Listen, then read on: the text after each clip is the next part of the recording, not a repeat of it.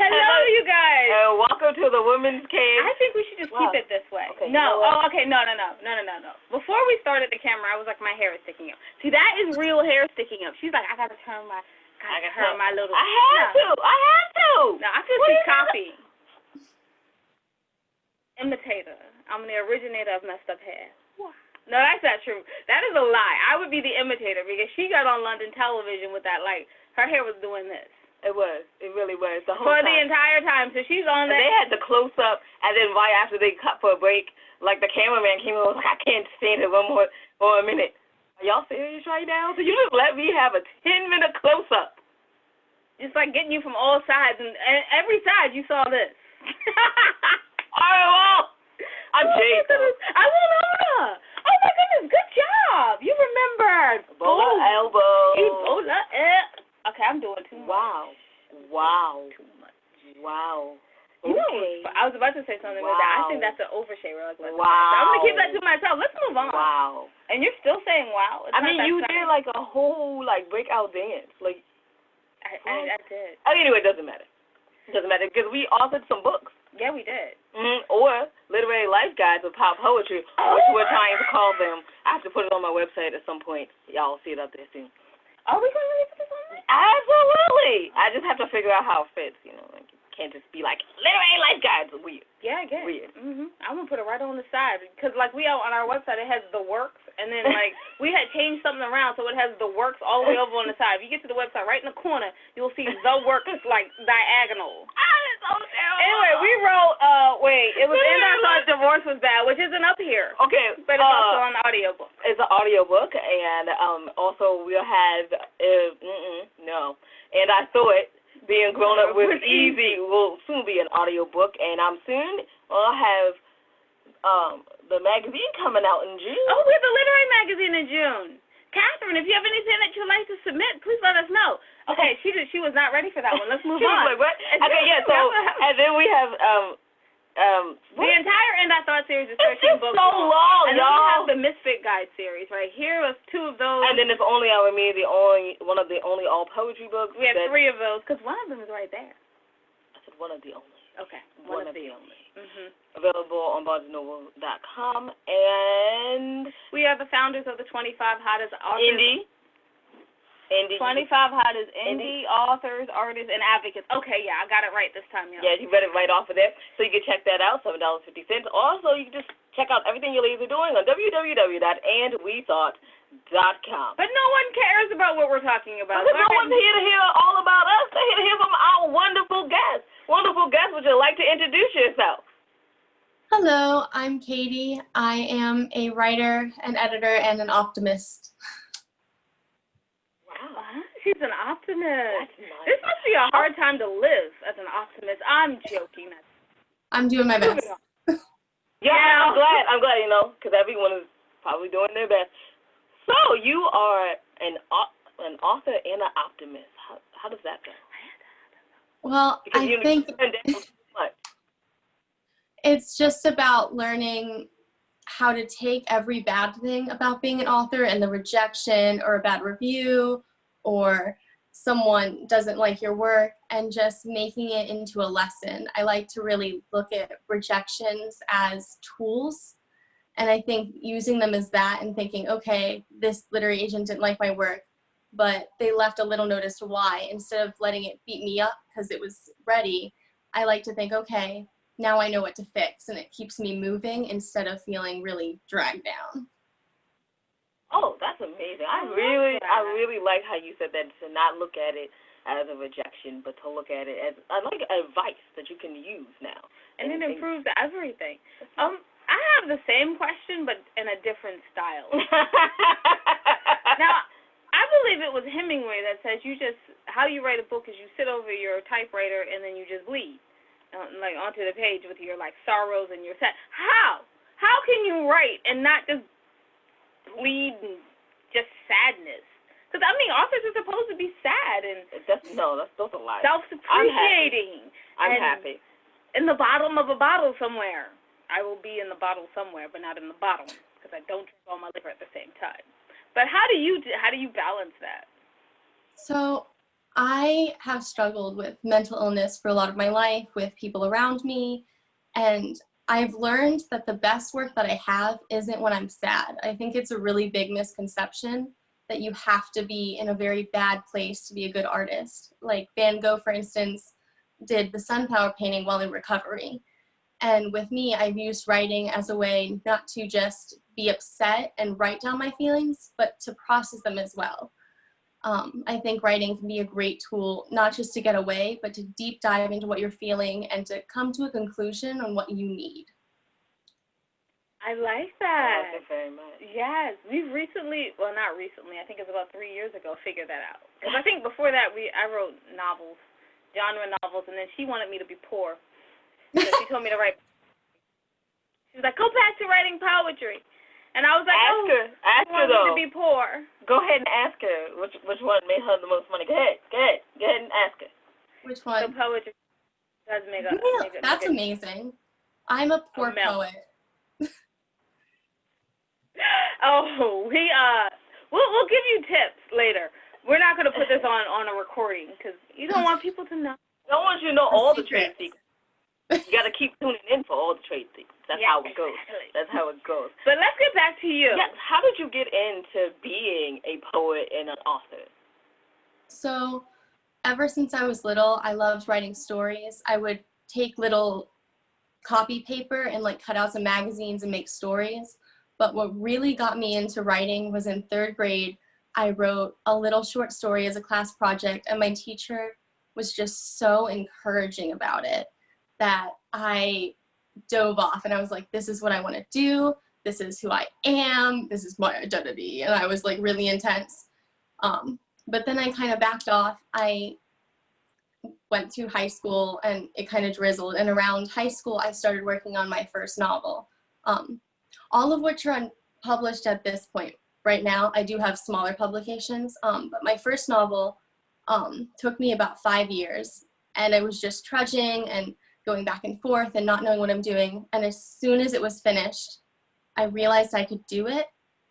And the realization that I could do it, I ended up writing a novel a year after that. Oh, I so understand. I feel like we're almost like literary soulmates. Absolutely, right? And yeah, like I was going to be a neurosurgeon, and yes, I knew what a neurosurgeon was when I was little. But then like at 7 years old, like someone told me like I wrote this page turn, and I was like, that's it. That's what I'm gonna be. And my parents and everyone were really nice. They supported me. They didn't go neurosurgeon. You're gonna make money. To a writer. Oh goodness, you're gonna be broke, sweetheart. No, they said to be broke. They said just go ahead and live your life and do it. Right, like they were like right, but also never put all your eggs in one basket. Yes. Right, so that's what they said. Like never put your eggs in one basket. All your eggs. So have different baskets and have different eggs in them. So then one of them will work out for you. Exactly. Anyway, but like I wrote my first novel at 12, and that was kind of fun. And yeah, but anyway, it was really really close. So let's talk about some of your smaller published works. What are they? I wanted to go somewhere else, but okay, Jade, smaller published works it is. What are they? What was the question? Like what they are? Yes. What are they in? What are they? What genre? What genre? So I'm a bit finicky, and I have about 24 at this point, small publications, but they're all in various things. I tried my hand at article work where I wrote like 6 things, 3 to 6, I can't remember now, things for Psych2Go magazine about psychology and emotions. And then I have a few fiction, and I have like 10 poems that I've contributed to magazines and anthologies throughout that. So I'm kind of all over the place. I love it. I love that you wrote for psychology. That must have been fun. Tell us a little bit about that experience. So I've always been really interested in psychology. I'm actually considering, after finishing my English degree, getting a degree in that as well. But I applied for an internship for Psych2Go magazine, and they were looking for writing interns. And through that experience, I got to not only just learn how to research things correctly, but how to format things for the website, how to manage comments, and it was just a really great experience. Wow, you are ready for the next step. Like, because, like, writing books is, That is great. But, you know, writing stuff on the internet and managing the comments, oh, my goodness, these things have to be taught.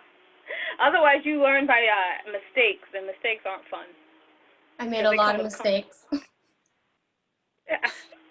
So you have a blog, correct? Yes, I do. So why did you start this blog, and what can people look forward to reading about on your blog? So I started the blog about a quarter of the way through my literary internship. Just for everyone out there, I was a literary agent intern for about a year. It actually just ended last week. So I have been working at a literary agency for a year. And while working in this agency, I was still participating in writers groups. And as I was learning, I realized there was a lot of confusion and misinformation about what literary agents are, what publishing is, how it works, what not to do. And so I wanted to start a blog that was just very simple. Everything is, I'm sorry, I'm gonna like backtrack. I wanted to start a blog where all the information was in one place, that was easy to read and accessible, because I find a lot of writing information has either really big words or it's hidden behind like 3 other articles, and it's very hard to get just direct, here's what to do. So I just wanted to help authors with that and kind of dispel the confusion and the misinformation around publishing. I love that. You know, we've had so many guests that come on to talk about demystifying publishing. And the more they talk, the more you go, oh, I didn't know that. Oh, I didn't know that. Although sometimes I go, I knew all that. So what was it like working for a literary agent? The celebrities of the publishing world, that's what I called them. Because everyone was cool.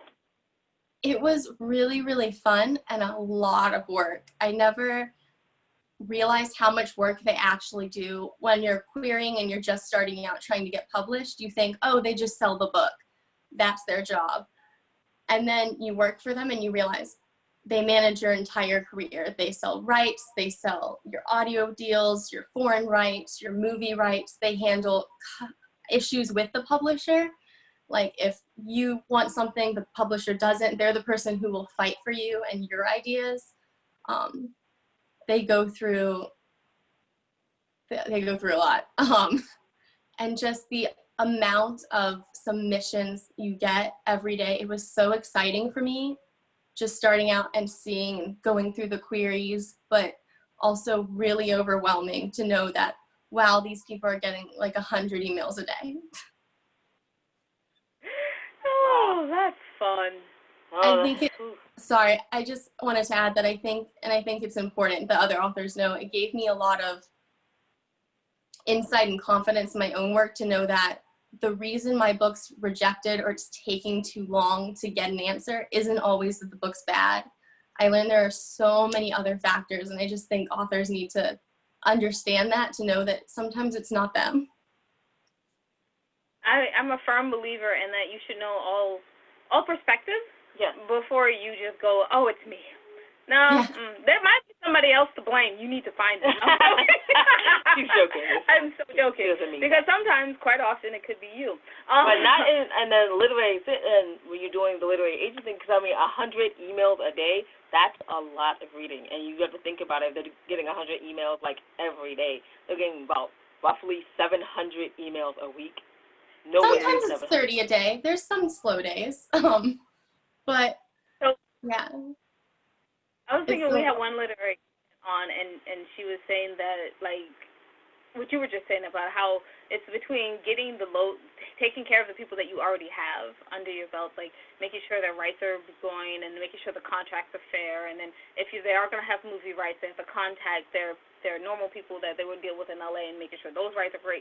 And then on top of it, going through the slush pile and then reading the chapters and then deciding if it's something that's marketable, and if they know the editor, that can actually pitch, that they can pitch the book too. That is a lot. So what does an intern do in that long list of duties that they have? Which ones get stuck on you? But coffee, because we know coffee happens. Yes, lots of coffee. Every internship is different. I don't want to speak for every literary agent's internship because I don't know about them. For mine, the big bulk of it was going through that slush pile.